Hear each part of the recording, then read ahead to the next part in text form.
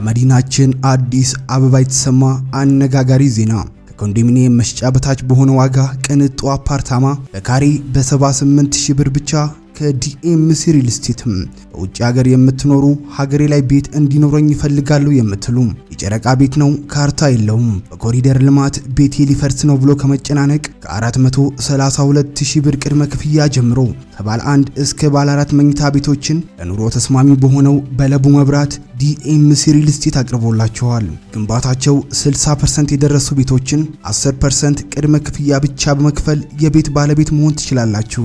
60% የባንክ ብድር ስለተመቻቸም ከናንተ የሚጠበቀው ዘና ብላችሁ ያለ ሐሳብ እየሰራችሁ ቀስ ብላችሁ መክፈል ብቻ ነው። የቀሩን ቤቶች በጣም ጥቂት ስለሆኑ ሳይቀደሙ ይቅደሙ። ማየት ማመን ነው። ይደውሉልን በ0912 38 98 13 ላይ በመደወል ተጨማሪ መረጃ ማግኘት ወይም ሳይቱን በአካል መጎብኘት ትችላላችሁ። ዲኤምሲ ሪል ስቴት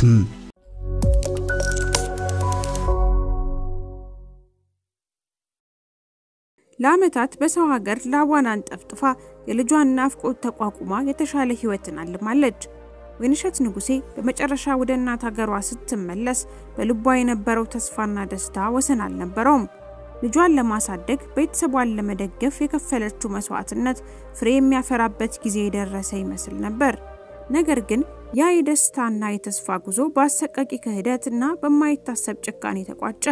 ለልጇና ለቤተሰቧ ሳታሳውቅ የወደፊት ህይወቴ ነው ብላ ያመነችውንና ከዓመታት በፊት ታውቀው የነበረውን ፍቅረኛዋን ለማግኘትና አዲስ ምዕራፍ ለመጀመር የመጣችው ወይንሸት የጠበቃት ሞት ነበር። የፍቅር ጎጆአቸው ይሆናል ብላ የገባችበት በቦሌ ቡልቡላ አካባቢ የሚገኘው የተከራየው ክፍል የመጨረሻ እስትንፋሷ ማረፊያ ሆነ። አስክሬኗ ለ10 ቀናት ያክል ተዘግቶበት የተገኘው በአካባቢው የተሰራጨው ዘግናኝ ጠረን ጥቆማ ከሰጠ በኋላ ነበር። በገዛ ፍቅረኛዋ እጅ ህይወቷ እንዴት አለፈ እንመርመር የሚለው የጥንቃቄ ቃሏ እንዴት ለሞት ዳረጋት? የዓመታት ልፋቷ መና የቀረው ለምንድነው? እናቴን ለማሳደግ ብዙ ነገር ሆናለች፣ ሞቷን መስማቴ እጅግ አዝኛለሁ የሚለው የልጇ ልብ የሚሰብር ዋይታ ምን ይላል? በዚህ ቪዲዮ የተሰበረውን የወይንሸት ህልም አሰቃቂውን ግድያና ከጀርባ ያለውን አሳዛኝ እውነትን ፈትሻለን። እስከ መጨረሻው አብራችሁን ቆዩ። የጥር ወር አጋማሽ ነበር። በአዲስ አበባ ቦሌ ክፍለ ከተማ በተለምዶ ቡልቡላ ተብሎ በሚጠራው ሰፈር ወረዳ 12 ልዩ ቦታ ቡና ገለባ አካባቢ በአንድ የግለሰብ መኖሪያ ግቢ ውስጥ ያልተለመደና እጅግ የሚረብሽ ሽታ የአካባቢውን አየር መበከል ጀመረ። ግቢ ውስጥ ካሉት የተከራይ ክፍሎች ባንዱ ለቀናት ተቆልፎ ከቆየው ቤት የሚወጣው ጠረን ከቀን ወደ ቀን እየከፋና እየተሰማ መምጣቱ በጎረቤቶችና በተለይም በአከራይዋ ዘመድ ዘንድ ጥርጣሬና ጭንቀትን ፈጠረ። ጥር 12 ቀን 2017 ዓ.ም ከቀኑ 7 ሰዓት ገደማ የአከራይዋ ልጅ ከወትሮ የተለየና እጅግ የሚከረፋ ሽታ ምንጩ ከተዘጋው ክፍል እንደሆነ በመገመት በአቅራቢያው ለምትገኘውና የቤቱ ባለቤት ለሆነችው አክስቱ በስልክ ሁኔታውን አሳወቀ። አክስት ልክ እንደማንኛውም ሰው መጀመሪያ ላይ ነገሩን አቀለውት ነበር። የተደራረቡት የገናና የጥምቀት በዓላት ገና እንዳለቁ ስለነበረ ምናልባት ከተረፈ ስጋ ወይም ሌላ የሚበላሽ ነገር የወጣ ሽታ ሊሆን እንደሚችል ገመቱ። ገና ቢያልፍ እንኳን የጥምቀት በዓል ሰሞን ላይ ስለሆነን እንግዲህ ከበዓል የተረፈ ስጋ ይሆናል ጠረን ያመጣው ሲሉ ለልጁ በስልክ ምላሽ ሰጡ። ነገር ግን ቀጣዮቹ ሰዓታትና ቀናት ይዘውት የመጡት የሽታው መበርታትና መባባስ ይህ ከቀላል ግምት የዘለለ አሳሳቢ ጉዳይ መሆኑን ግልጽ አደረገ። የአካባቢው ነዋሪዎች መማረር ጀመሩ። ሽታው የሰው ልጅ ሊቋቋመው ከሚችለው በላይ ሆነ። ጥርጣሬያቸው ያየለው የአካባቢው ሰዎችና የአከራዋ ዘመዶች በመጨረሻ ጉዳዩን ለአካባቢው ፖሊስ ጣቢያ ለማሳወቅ ተገደዱ። ጥቆማው እንደደረሰው የአዲስ አበባ ፖሊስ ኮሚሽን አባላት በፍጥነት ወደ ስፍራው አመሩ። በተዘጋው ክፍል አካባቢ ሲደርሱ የሚወጣውን ጠረን የከፋ ወንጀል መፈጸሙን የሚያመላክት ነበር። በህግ አግባብ የተሰበረውን በር ሰብረው ወደ ውስጥ ሲገቡ ያገኙት ነገር ልብ የሚሰብርና እጅግ አሰቃቂ ነበር። የአንዲት ወጣት ሴት ህይወት አልባ አካል በአሰቃቂ ሁኔታ ተዘርሮ ተገኘ። በቦታው የነበረው ሁኔታና የሰውነቷ መበስበስ ግድያው ከተፈጸመ ቀናት እንዳለፉ በግልጽ ያመላክት ነበር። በኋላ በምርመራ እንደተረጋገጠው ወጣቷ ህይወቷ ካለፈ 10 ቀናት አልፈውት ነበር። ያ ከባድና የሚረብሽ ሽታ ምንጩ ይህ አሳዛኝ ክስተት መሆኑ ታወቀ። ወዲያውኑ የወንጀል ስፍራ ምርመራ ቡድን ስራውን ጀመረ። በክፍል ውስጥ የተገኙትን ማንኛውንም ፍንጮች በጥንቃቄ መሰብሰብ ያዙ። ከተገኙት ቁልፍ መረጃዎች መካከል የበረራ ትኬት፣ የተለያዩ የግል ልብሶችና ሌሎች ዕቃዎች ይገኙበታል። እነዚህ በክፍል ውስጥ ተበታትነው የተገኙት ዕቃዎች በተለይም የበረራ ትኬቱ የሟችን ማንነት ለማወቅና ወደ ሀገር ቤት የተመለሰችበትን ጊዜ ለማረጋገጥ የመጀመሪያ ፍንጮች ሆኑ። ፖሊስ ይቺ ማንነቱ ያልታወቀ ወጣት ማን እንደሆነችና የአሰቃቂ ድርጊት እንዴትና በማን እንደተፈጸመባት ለማወቅ ሰፊ ምርመራውን በዚህ የመጀመሪያ የወንጀል ስፍራ ግኝት ላይ መሰረት አድርጎ ቀጠለ። የሟች ማንነትን መለየት የተጣጣሪውን ማንነት ለማወቅና ለተፈጸመው ዘግናኝ ወንጀል ፍትህ ለማግኘት የመጀመሪያውና ወሳኙ እርምጃ ነበር። ወደ ኋላ መለስ ብለን ስንመለከት በዚያ በተዘጋ ክፍል ውስጥ በአሰቃቂ ሁኔታ የተገኘችው ወጣት ወይንሸት ንጉሴ ትባላለች። በወቅቱ የ34 ዓመት ወጣት የነበረችው ወይንሸት አንድ በርካታ ኢትዮጵያውያን እህቶቿ ሁሉ የህይወትን ውጣ ውረድ ለማሸነፍና ለቤተሰቧ በተለይም ለአንድ ልጇ የተሻለ ነገር ለመፍጠር ተስፋ ሰንቃ የሰው ሀገር በርን አንኳኩታ ነበር። ልጇ በሐዘን በተሰበረ ልብ እንደመሰከረው እናቱ ስደት የወጣችው ላንተ ብዬ ነው በማለት ነበር። የልጇን የወደፊት ህይወት ለማሳመር ዱርዬ እንዳትሆንብኝ ተማር የሚል የእናትነት ምክር ለግሳው የናፍቆትን በዋን የጠረገች የአረብ ሀገራትን መዳረሻ አድርጋ ነበር ጉዞ የጀመረችው። የስደት ህይወት ፈተናው ብዙ ቢሆንም ልጇን የማሳደግና ቤተሰቧን የመደገፍ ሐሳብ ብርታት ሆኗት አመታትን በሰው ሀገር አሳልፋለች። ከ10 ዓመታት በፊት በ2007 ዓ.ም ገደማ ታውቀው የነበረና ግንኙነታቸው ተቋርጦ የቆየ አንድ ሰው ነበር። በአጋጣሚ ይሁን በእቅድ 2017 ዓ.ም መጀመሪያ ላይ በኢሞ አማካኝነት ከዚህ ግለሰብ ጋራ እንደ አዲስ ግንኙነት ጀመሩ። የተቋረጠው የፍቅር ታሪክ እንደገና ቀጠለ። በስልክና በመልእክት ሲቀባበሉ የነበሩት የተስፋ ቃላቶች፣ የወደፊት ህልሞችና የጋራ እቅዶች ለወይንሸት የስደት ህይወቷን የምትቋጭበትና ወደ ሀገሯ ተመልሳ አዲስ ምዕራፍ የምትጀምርበት ጭላንጭል ፈጥረውላት ነበር። ይህ ግለሰብ የወደፊት ትዳሯና የህይወት አጋሯ እንደሚሆን ሙሉ እምነቷን አሳድራ ነበር። በመሆኑም ከአመታት የስደት ቆይታ በኋላ ወደ ሀገሯ ለመመለስ ቀን ቆረጠች። ለቤተሰቦቿ እንደነገረቻቸው ከሆነ የምትመለሰው በጥር ወር መጨረሻ ወይም በየካቲት ወር መጀመሪያ አካባቢ ነበር። ነገር ግን ባልታወቀ ምክንያት ምናልባት ከአዲሱ ፍቅረኛዋ ጋር ያቀዱት ነገር ኖሮ ከተናገረችበት ቀን ቀድማ ጥር 2 ቀን 2017 ዓ.ም አዲስ አበባ ገባች። ይህንን ጉዞዋን አስቀድማ ለቤተሰቦቿ አላሳወቀችም ነበር። ይልቁንም ከመምጣቷ አንድ ቀን ቀደም ብሎ ጥር 1 ቀን በስልክ ያገኘችውና የወደፊት ህይወቷን አብራው ለመገንባት ያሰበችው ፍቅረኛዋን አዲስ አበባ ቦሌ ዓለም አቀፍ አውሮፕላን ማረፊያ መጥቶ እንዲቀበላት ነገረችው። በመዲናችን አዲስ አበባ የተሰማ አነጋጋሪ ዜና ከኮንዶሚኒየም መሸጫ በታች በሆነ ዋጋ ቅንጡ አፓርታማ በካሬ በ78000 ብር ብቻ ከዲኤምሲ ሪል ስቴት በውጭ ሀገር የምትኖሩ ሀገሬ ላይ ቤት እንዲኖረኝ ይፈልጋሉ የምትሉ የጨረቃ ቤት ነው ካርታ የለውም በኮሪደር ልማት ቤት ሊፈርስ ነው ብሎ ከመጨናነቅ ከ432000 ብር ቅድመ ክፍያ ጀምሮ ከባለ 1 እስከ ባለ 4 መኝታ ቤቶችን ለኑሮ ተስማሚ በሆነው በለቡ መብራት ዲኤምሲ ሪል ስቴት አቅርቦላቸዋል። ግንባታቸው 60% የደረሱ ቤቶችን 10% ቅድመ ክፍያ ብቻ በመክፈል የቤት ባለቤት መሆን ትችላላችሁ። 60% የባንክ ብድር ስለተመቻቸም እናንተ የሚጠበቀው ዘና ብላችሁ ያለ ሐሳብ እየሰራችሁ ቀስ ብላችሁ መክፈል ብቻ ነው። የቀሩን ቤቶች በጣም ጥቂት ስለሆኑ ሳይቀደሙ ይቅደሙ። ማየት ማመን ነው። ይደውሉልን በ0912 38 98 13 ላይ በመደወል ተጨማሪ መረጃ ማግኘት ወይም ሳይቱን በአካል መጎብኘት ትችላላችሁ። ዲኤምሲ ሪል ስቴት ልክ እንዳለችውም ጥር 2 ቀን አዲስ አበባ ስትደርስ በቦሌ አየር ማረፊያ የጠበቃትና የተቀበላት ይኸው ግለሰብ ነበር። የደህንነት ካሜራ ምስሎች እንደሚያሳዩት ከበረራ በኋላ እቃዎቿን ይዛ ስትወጣ ተቀብሏታል። ለአመታት የናፈቀችውን ልጇንና ቤተሰቧን ለማግኘት ከመቸኮል ይልቅ የወደፊት ህይወቴ ነው ብላ ያመነችውን ሰው ተከትላ በቀጥታ እሱ ወደ ተከራየውና በኋላም የመጨረሻ እስትንፋሷን ወደ ተነጠቀችበት የቦሌ ቡልቡላ መኖሪያ ቤት አመሩ። በወቅቱ በልቧ የነበረው ተስፋና ህልም ከጥቂት ሰዓታት በኋላ በአሰቃቂ ሁኔታ እንደሚፈራርስ በፍጹም አላሰበችም ነበር። ጥር 2 ቀን 2017 ዓመተ ምህረት ምሽት ወይንሸት ንጉሴ ለአመታት በናፍቆት ስታስበው ከነበረው የሀገሯ አየር ጋር እንደገና ተዋሃደች።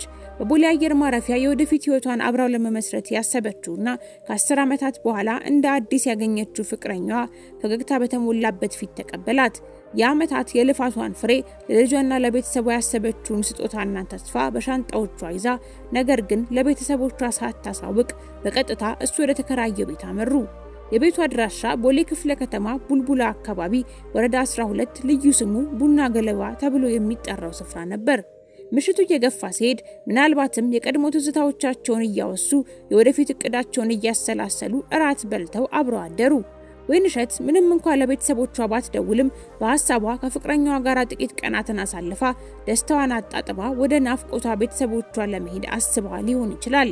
ነገር ግን ያቺ ምሽት ከተስፋዋ ሳይሆን ከሰቆቃዋ መጀመሪያ ነበረች። በዚያችው ምሽት በማታውቀውና ባልጠበቀችው ሰዓት በፍቅር ተቀብሎ ቤት ያስገባትን ሰው እውነተኛ ማንነት የተገነዘበችበት ይመስላል። በፖሊስ ምርመራ ወቅት ተከሳሹ በሰጠው ቃል መሰረት በዚያች ሌሊት በመካከላቸው ከፍተኛ አለመግባባት ተፈጠረ። ተከሳሹ ከወይንሸት ጋር አካላዊ ግንኙነት ማድረግ ፈለገ። ወይንሸት ግን ፈቃደኛ አልነበረችም። እንመርመር እንጂ ከዚያ በፊት አይሆንም በማለት ሐሳቡን ተቃወመች። የተቃውሞዋ ለዓመታት ስደትን ተቋቁማ የልጇን ናፍቆት ችላ ለተሻለ ህይወት ስትጥር የነበረችው እናት የመጨረሻ ቃሏ ሆነ። ፍቅረኛዋ ጥያቄው ውድቅ መደረጉን መቋቋም አቅቶት በንዴት አይኑ ታውሮ ጭካኔ የተሞላበት እርምጃ ወሰደ። በክፍል ውስጥ የነበረን ከባድ መዶሻ በማንሳት በዚያች በጨለማ ሌሊት የወደፊት ህልሟን አብራው ለመገንባት ያመነችውን ወጣት ምንም ሳያቅማማ አንገቷ አካባቢ 2 ጊዜ በመምታት አሰቃቂ በሆነ ሁኔታ ህይወቷን ቀጠፈ። የተስፋዋ ጭላንጭል በቅስፈት ጠፋ። የዓመታት ልፋቷና የልጇን የተሻለ ህይወት የማየት ህልሟ በዚያችው ቅስፈት ተቋጨ። የወይንሸት እስትንፋስ በገዛ ፍቅረኛዋ እጅ ተቋረጠ። ግድያው ከተፈጸመ በኋላ ተከሳሹ ያደረገው ነገር የጭካኔውን ጥግ የሚያሳይ ነበር። የወይንሸቱን ህይወት አልባ አካል በክፍሉ ውስጥ እንዳለ የለፋችበትንና የደከመችበትን ገንዘብ፣ የያዘችውን ስልክ፣ ፓስፖርቷንና ሌሎች የግል ዕቃዎቿን በሙሉ ሰበሰበ። የወንጀሉን አሻራ ለማጥፋት እንደሞከረ ሁሉ ያቺን ትንሽ ክፍል በር ከውጭ በሟች ላይ ቆልፎ ለሌሊቱን ጨለማ ተገን አድርጎ ከአካባቢው ተሰወረ። ወይንሸት በሰው ሀገር የለፋችበትን ውጤት ሳታይ የልጇን ናፍቆት ሳትወጣ በእምነት እጇን ለሰጠችው ሰው በአሰቃቂ ሁኔታ ተገድላ በዚያ በተዘጋ ክፍል ውስጥ ለቀናት እንድትቆይ ተፈረደባት። የአዲስ አበባ ፖሊስ የወንጀል ምርመራ ቡድን በቦሌ ቡልቡላ አሰቃቂ የወንጀል ስፍራ ላይ ምርመራውን አጠናክሮ ቀጠለ። የመጀመሪያውና አስቸኳዩ ተግባር በግፍ ህይወቷ የተቀጠፈውን ወጣት ማንነት ማረጋገጥ ነበር። በክፍል ውስጥ ከተገኙት ጥቂት የግል ዕቃዎች መካከል የበረራ ትኬት ቁልፍ መረጃ ሆኖ ተገኘ። መርማሪዎቹ ከበረራ ትኬቱ ላይ የፓስፖርት ቁጥሯን በማውጣትና ከሚመለከታቸው አካላት ጋር በመተባበር የሟችን ሙሉ ማንነት በአጭር ጊዜ ውስጥ ማረጋገጥ ቻሉ። ስሟ ወይንሸት ንጉሴ እንደሚባልና ጥር 2 ቀን 2017 ዓ.ም ከአረብ ሀገር አዲስ አበባ ቦሌ ዓለም አቀፍ አውሮፕላን ማረፊያ መድረሷን የሚያረጋግጡ ማስረጃዎች ያገኙ። ይህ ግኝት የምርመራውን አቅጣጫ ወደ ቀጣዩ ደረጃ አሸጋገረው። የሟች ማንነት ከተረጋገጠ በኋላ ቀጣዩ እርምጃ ቤተሰቦቿን ማግኘትና ይህንን ልብ የሚሰብር መርዶ ማድረስ ነበር። በፓስፖርት መረጃውና በሌሎች ፍንጮች ላይ ተመስርተው ፖሊሶች የወይንሸትን ቤተሰቦች አድራሻ ለማግኘት ብዙም አልተቸገሩም። ነገር ግን ይህንን አሰቃቂ ዜና ለእናቷና ለልጇ ማድረስ ከባድ የስነ ልቦና ጫና የሚፈጥር ተግባር ነበር። ቤተሰቦቿ ወይንሸትን በቅርብ ትመጣለች በሚል ተስፋ ሲጠብቁ የነበረ ቢሆንም የሰሙት ዜና ግን ከጠበቁት ፈጽሞ የተለየና ህልማቸውን ያጨለመ ነበር። ፖሊስ የሟችን ማንነት ከማረጋገጥ ጎን ለጎን የተጠርጣሪውን ማንነት የመለየት ስራውን ማጠናክሮ እየሄደበት ነበር። የቦሌ አውሮፕላን ማረፊያ የደህንነት ካሜራ ምስሎች ወሳኝ ሚና ተጫውተዋል። ምስሎቹ ወይንሸት ከአውሮፕላን ስትወርድና ዕቃዎቿን ይዛ ስትወጣ አንድ ግለሰብ ሲቀበላት በግልጽ ያሳዩ ነበር። ይህ ግለሰብ ከወይንሸት ጋራ የፍቅር ግንኙነት እንደ አዲስ የጀመረውና ወደ ተከራየው ቤት ይዟት የሄደው ተጠርጣሪ መሆኑን ለማረጋገጥ ምርመራው ቀጠለ።